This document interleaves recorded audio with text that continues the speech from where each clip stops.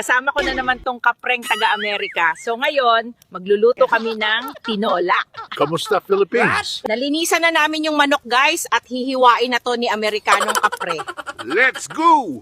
O ayan na, magaling to maghiwa kay, sanay sa kabundukan. One tinola coming up.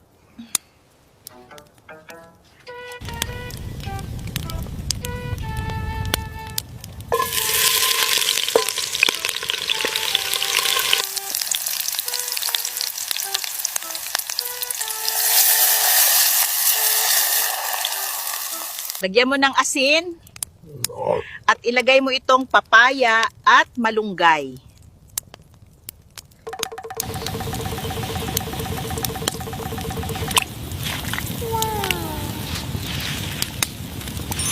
Naluto na ang tinola guys. Salamat sa panunood. Kakain muna kami.